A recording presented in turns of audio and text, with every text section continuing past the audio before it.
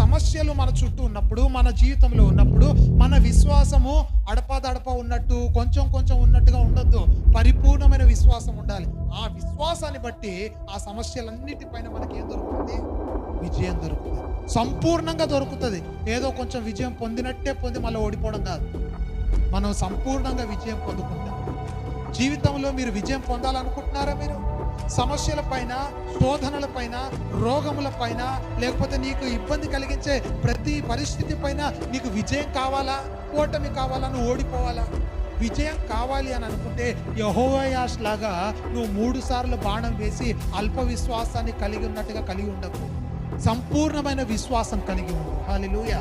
నీ హృదయంలో నుండి వచ్చే బాణం ఎలా ఉండాలో తెలుసా? విశ్వాసపూరితమైన ప్రార్థన ఎలా ఉండాలో తెలుసా? అది అప్పుడు ఒకసారి ఇప్పుడు ఒకసారి కాదు, అది జరిగేంత వరకు వస్తూనే ఉండాలి. హల్లెలూయా, హల్లెలూయా, హల్లెలూయా.